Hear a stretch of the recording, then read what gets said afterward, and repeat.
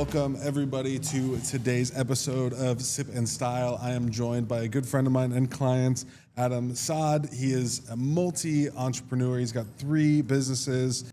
He's crushing it in St. Petersburg and Tampa area. Adam, thank you so much for coming on the show. Thanks for having me. I'm pumped. Of course, brother. Talk to me a little bit about like your journey. Like, what was life like before entrepreneurship for you, before you had your businesses? Where did that transition come in? Tell me a little bit about your story. I was a corporate slave. Okay. Yeah, I graduated college with a finance degree, and I thought I was going to go into finance. And I interned at some of the big firms to be a financial advisor, which is really just a salesperson, by the way. Right? Yeah. People don't like to say that, but they're salespeople. And I didn't want to wear a tie every day. Right? Yeah. Bad setting to say that, I guess. But I didn't want to wear a tie every day. And I had a buddy that introduced me into a concept called software sales. Okay. And I ended up going to tour this office, had an interview at this office, and everyone was good looking and young and vibrant, having a good time. So ditched the finance degree and immediately went into software sales. And I did that from 2013 all the way to 2020. Yeah. And that I was just a corporate drone, corporate slave. Did a couple of things.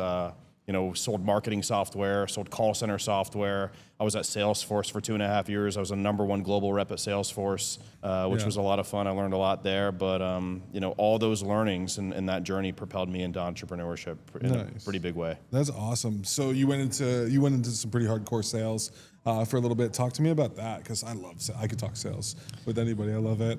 Obviously, with Tweeds, we're style consultants, but we are sales guys. Yeah. It's a passion of mine. So talk to me about that journey in sales and what that was like. Yes, I think sales is the best. I think it's the highest leverage skill you could possibly have as somebody that wants to be successful in life. Yeah. Right? Like, we can talk about being successful in business, but this is being successful in life. Right? It's the highest leverage skill. And I get young guys walking up to me at the gas. They see my car or whatever, and they're like, "Hey man, what do you do? Like, do you have any advice for me?" And I'm like, "Learn sales. Go learn sales. I don't care where. Go learn sales early in your career, where you can get as many at-bats as you possibly can, because from working, like being in sales, like it's at-bats that gets you good. But I think it's the utmost importance. Yeah, getting ups, reps, constantly being given opportunities and taking advantage of those. And sometimes you win, sometimes you lose, but you take that loss and you learn from it. 100%. What's like your #1 rule for sales? Like, if you were to kind of like give a #1 rule? Ask high quality questions and then use that information to just give people what they want. Yep. I think when I came in here, I was like, "Hey, I want these things." You asked me a bunch of questions, and it was probably a very easy sale for you, and I think I said, "You just gave me what I wanted." That's how the conversation went. That's how it should go. I think in any sales industry, if somebody walks into your car lot and you're like, "I want to get a truck," and you show them an SUV, it's like, or a Ferrari or whatever, a coupe. It's like, that's not what I asked you for. Yeah. It's like, why would you? So for us, it's like, if somebody comes in, looking for a navy suit, it's like, why am I going to show you a black suit, dude? Like, you wouldn't. You'd show me a navy one and then a black one and upsell me. Yeah, exactly. that's the way to do it. It's the only other way to do it. But no, navy suit first. I always say you got to keep clients' wants and needs at the center of the deal. Yeah. And you got to listen and pay attention and be present. It's so important to be there with them in that moment. And I don't take calls when I'm in an appointment. I'm always just immersed. So true there. Talk to me about like that transition from sales to becoming an entrepreneur and starting your business. What was that like for you, starting in your first company? Well, I'll give some backstory. So I was, in all my sales roles, I was always the #1 rep. I was the #1 rep at all 4 companies I was ever at, and I would end up asking for promotions, and I was always the young guy that was the best. And it was always like, "No, dude, like we're not going to promote you to be a leader, because then you'd be managing peers that are 40." Which would be at the time like 15 years my senior. And like, that's okay. Like, I understood it, but I was always the best. And so at every level of my career, I always tried to go to the next step, go to a more prestigious company, do bigger deals, work with bigger clients. And eventually, working at Salesforce and being the #1 global rep, there's nowhere really to go. Yeah. Other than go into management, which that job sucks. I didn't want to do that. I didn't want that life. Yeah. So for me, it was like, what else am I going to do? I might as well just go start my own company. Yeah. And my parents are entrepreneurs too, so it was always like, for me, it was like, it wasn't if I was going to start my own company, it was when. Yeah, love that. So you didn't want to go into the sales management role. You loved the sales aspect of things. You were crushing it, and then that kind of propelled you into there's nowhere else to go. So you ultimately. At one point you stop wanting to climb other people's mountains and you want to go to the moon on your own. Yeah. And there's no better vehicle to do that with than entrepreneurship, right? Yeah. The skills that it takes you to get from 0 to 1 million are a totally different set of skills than 1 to 5, 5 to 10, 10 to 25. I don't know about 10 to 25 because I've not done that yet. I'll let you know when I do. I'll let everyone know those lessons, but those are wildly different personal and business development skills. Yeah. So you're still climbing that mountain. Oh yeah. 100%. Love that. From your perspective, going into starting up your business, what was your first business? And talk to me about the pitfalls there that were challenging initially early on and how you overcame them. Yeah, first business is called Tech Stack Advising, and it's still my primary business. It's where most of my money comes from today, and most of the wealth. And that's the business I'm trying to exit for one day for $100 million. That's the end goal for me. Yeah.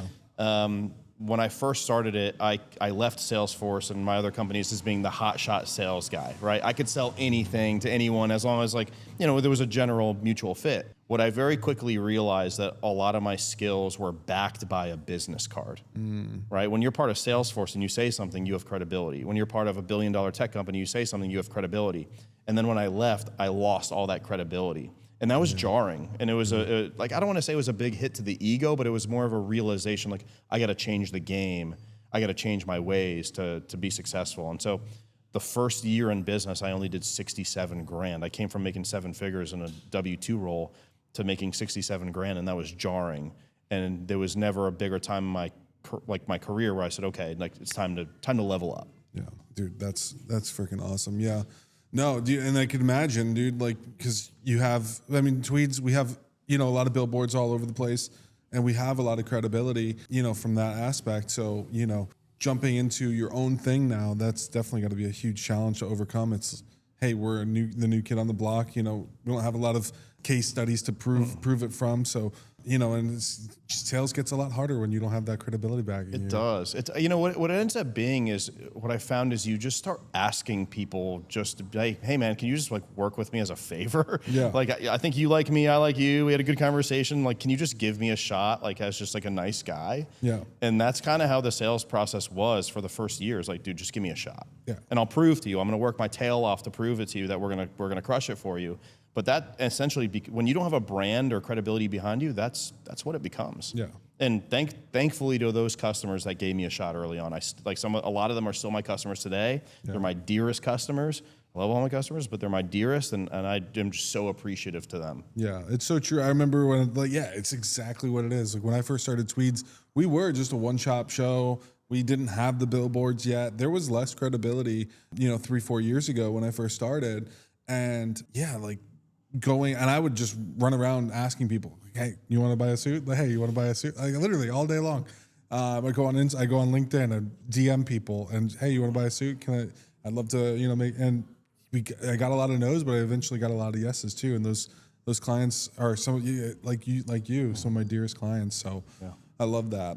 Talk to me a little bit about what your company does. And so, people have a frame of reference for all of this. Yeah, absolutely. So Tech Stack is a tech services company, and we do 3 things. We help enterprises, one, choose the right technology for their call center, right? And everyone's call center is anytime you call 1-800, my thing is broken, or where's my thing, or 1-800 help, that's a call center, yep. right? And so we power the technology behind those call centers. Yeah. So we help them choose the right technology, we help them implement the right technology, and we help them manage it long term. So when you call 1-800 Delta about your flight, you don't have a terrible experience, you have a great and efficient and effective experience. Yeah. Right. So these are enterprise organizations, ranging, I have a customer that's Fortune 5. Right, I can't say which one of the 5, but Fortune 5, all the way down to companies no one's ever heard of. Yeah. Right, even a local credit union around here, customer. Yeah. How did you kind of come upon that as what you wanted to do, or what your business model was going to look like? Were you in tech? Obviously, you sold some tech, but talk to me about that. Did you go to school for it? No, so I went to school for finance. I actually also got my MBA in finance, which, by the way, was the biggest waste of $75,000 ever. It was lighting it on fire, and don't get your MBA. By the way, this is a sidebar. If you have an undergrad in business, don't go get your MBA because you won't learn anything new. But if you don't have a business background from an education perspective and you want to go learn business formally, MBA is not a bad idea. Anyways, I lit that $75,000 on fire. But prior to starting the company, again, I was selling tech. But right, as a salesperson, when you're doing $25 million deals with Marriott, you don't sell a $25 million deal because you're a good talker. You know your stuff, you know the business, you know the product, you know the customer inside and out, put them at the center of everything you do, just like you said. And part of that was like, I'm gonna sell the tech and then I'm gonna be around to implement it, right? I'm not doing the implementation, the smart people are, but I'm watching it happen. And so basically I took learnings from each company I was ever at and said, okay, this company did this company did this company did this. And I merged those skills into just one business. And by the way, I didn't create this business. Yeah. There's many, many competitors that do the same thing. The total addressable market is like tens of hundreds of billions. I need this much. Yeah. Right? You ever seen War Dogs? Yeah. I just need the crumbs. Yeah, I just need just a little bit, and I'm set. You're living better than 99% of people. Exactly. So I love that.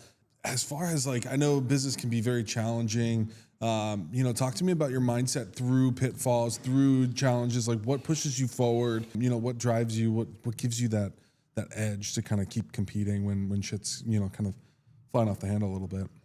Dude, what else am I gonna do? Like when people experience, trials and tribulations, like what's the other option other than just power through? Yep. Right? Like I think people talk about mindset a lot, and I think it's a good topic, but no one can seem to define mindset. Yeah. How would you define mindset? How would I define mindset? What you set your mind on, how you kind of, what you focus on, what you, a core set of values that you kind of proceed with on a day-to-day basis. And I think that's always shifting, potentially, but you're working towards creating the best mindset. I agree, by the way. I like how you said core values, and I like how you said your mindset continues to grow and evolve, right? Because if you're just stagnant in your mindset, what are we doing here, right? Yeah.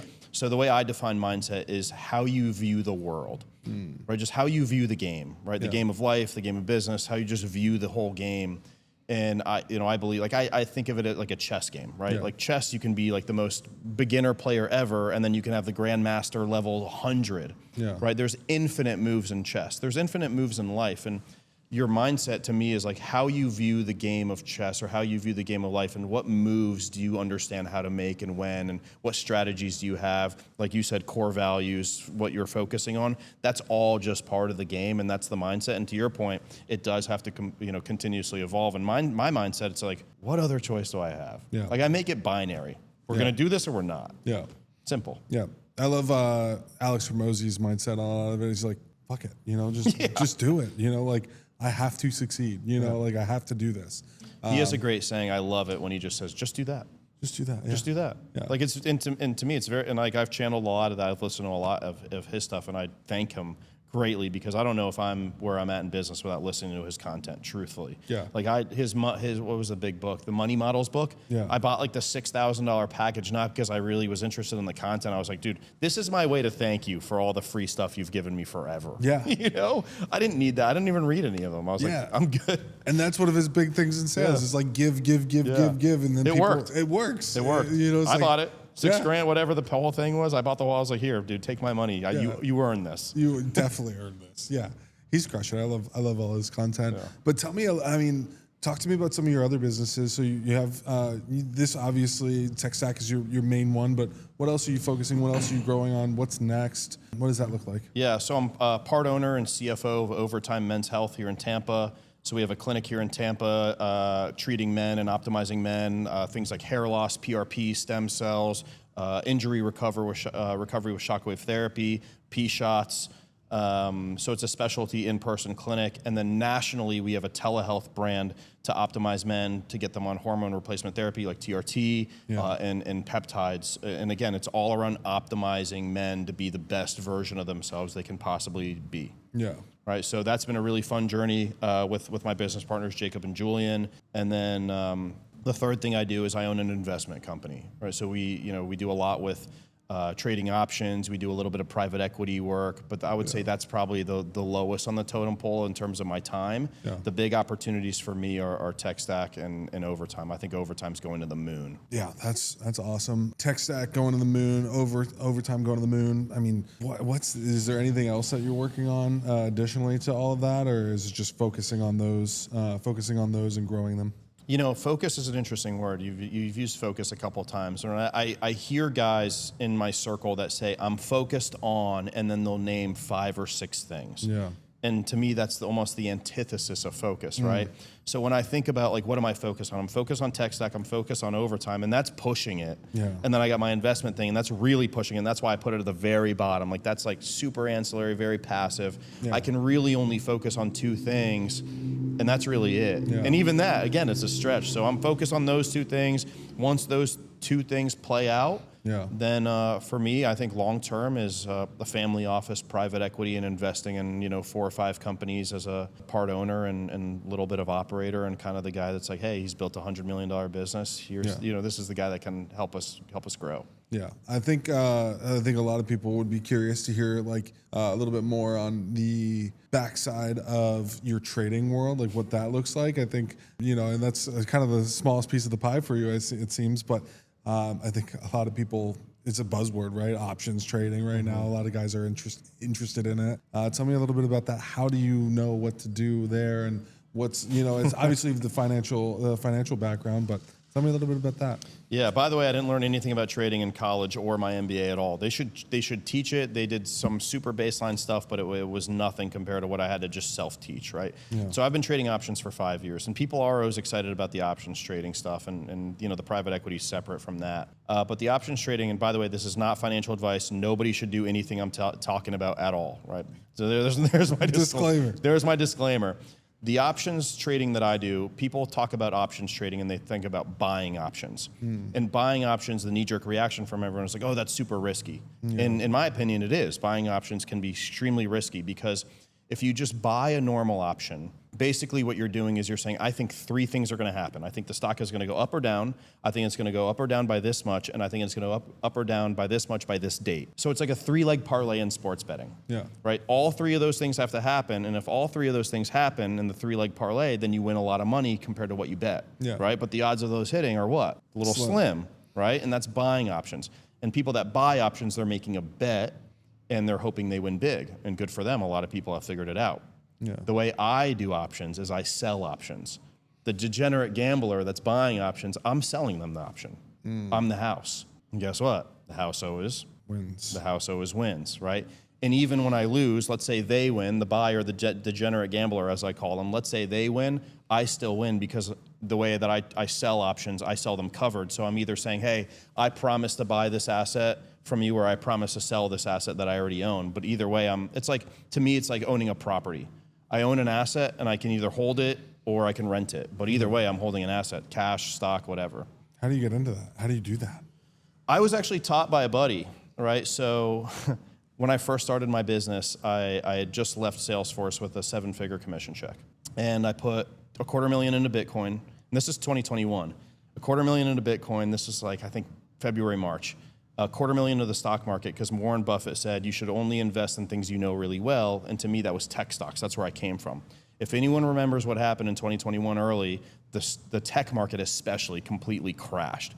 So I watched $500,000, my nest egg, my backup plan, go from like $500,000 to basically 150 overnight. And I was talking to a buddy of mine, and I was kind of complaining about I was like, oh shit, like I'm kind of screwed. Yeah. All that money, like it's trapped in the market. He's like, well, you still have a pretty big account. Why don't you just trade options on it? And I knee-jerk reaction. I'm like, no, it's too risky. Like I'm not going to do that. He's like, no. He's like, shut the F up. He's like, you don't know what you're talking about. Like, let me show you. And he just opened his computer, and I brought up my brokerage account. He's like, hey, just do this, push these 4 buttons, and if you push these 4 buttons, this is what it means. And I'm like, what? And he sat with me for 5 weeks in a row, just teaching me that. And it ended up being like 5 minutes a week of just pushing a couple buttons and just making money. And that account that was down ended up cash flowing $2,000 a week my first year in business. Wow. $2,000 a week when you quit your job is a lot. Dude, it's a lot, no matter what. Very helpful. Yeah, dude. It completely changed the game for me. So, and I never looked back. I've been trading forever, and now it's like all the fun, like the watch, the cars. That's fun money from trading. Yep, that's awesome. I'd love to have you show me sometime. Yeah, I don't mind. I'll show you. Not financial advice. No, not financial advice. Don't do anything he said. Yeah. Please don't. But I will. Tell me, as far as like we talk about mindset, we talk about all these things. Is there any books that you attribute your success to? Any books that you read? You're like, damn, that book changed my life. Anything like that? Yeah, I would say there's 3 or 4 actually, and they're like different in different context. For sales, for me, there's a book called The Maverick Selling Method. And this is for complex sales, right? So I did like enterprise B2B. So this is a lot of stakeholders, complex, $25 million deals.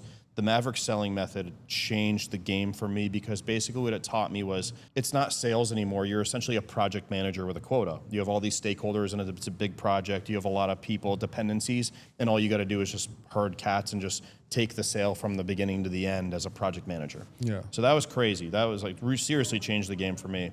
The other book that I wish I read when I was 16 that I didn't read till I was like 28 was, everyone knows this, How to Win Friends and Influence People. Everyone should, like, if you haven't read that book, like, what are you doing? And I recommend that to any young guy or girl. Like, if you're young and you haven't read that book, read the book. Never Split the Difference. A lot of people know that book from Chris Voss. Everyone thinks it's a negotiation book. It's not a negotiation book. It's a communications and asking questions book.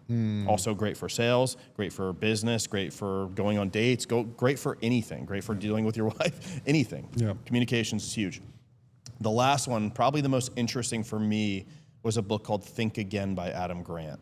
Think Again. And this is a kind of an undercover book that not many people have read, but Think Again teaches you how to be ultra inquisitive with other people. It helps you ask better questions, and it helps you basically, and this is like the nefarious way to use it, but you can dismantle anybody in an argument just by asking questions. And it just teaches you step by step how to dismantle anybody. Think Again. I'll have to read that one. That's a good one. It's a really interesting. I've read the 3 prior, but Think Again. Because in sales, everything is asking questions. We talked about that briefly earlier, but it's so true. And Jeremy Miner says it a lot. He who asks the most questions controls the conversation. That's right. And so love that. What's your favorite book? My favorite book? I'd say it's probably the first. I'd say my favorite book's the first one that the first self-help book that I ever read. Just kind of has a special spot in my heart. Think and Grow Rich. Yeah. Just absolutely classic. It's breaks down a lot of the money making principles that I believe to be true. And if you don't have a burning desire for what you're doing, what are you doing? What are you doing? So yeah, that's my favorite. That's probably my favorite book. Something that I'm listening to right now is The Magic of Getting What You Want by David Schwartz. He wrote The Magic of Thinking Big, which is that book. Magic of Thinking Big.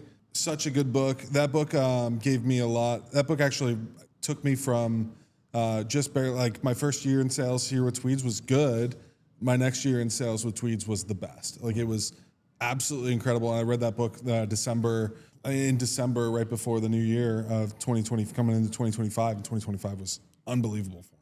Well, so the key there, I think, is you read the book and you applied it. Yep. How many people do you know are reading these self-help books but just not changing anything in their lives? Oh, application is so crucial. 10X Rule talks about that. Action, and that was fun. When I read 10X Rule, that book connected all the dots for me. Nice. Action. It was the one missing thing that I was like, that really wasn't talked a lot about in Think and Grow Rich, wasn't talked a lot about in some of these other books. Action. 10X your action. Do 10 times more action. Yeah. That book. Yeah. A lot of good books. Yeah, a lot of good books. I read a tweet, this was like 5 years ago. I read a tweet, they said, for $20, you can have 7 years of somebody's life. And they were talking about books.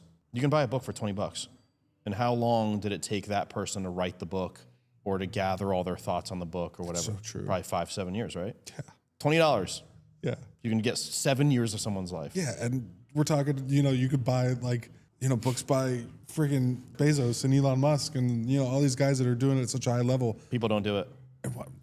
Read books. People don't do it. At least listen to books. That's what I do. I'm a big reader. I'm audible all day long. And then the way I do it is like, I listen to a book first, and if I love it, and I'm like, I want to study that book, I'll buy it. So and you then study it. That's I'll another good buy one. it, and then I'll study it, and I'll highlight it. I'll make notes. I'll annotate it, and then I apply it. Love it. Yeah. That's the secret. It's the secret. It's, absolutely, 100%. Well, I love this conversation. Tell me one last question for you. Why do you dress up? It's my final question for everybody. Because I can. Because you can. Because I can. Why not? Just because I can. That's the best answer. I love it. That's the best answer. I'm not going to give anybody else crap, but I love it because I can. Because I can come to Tweeds.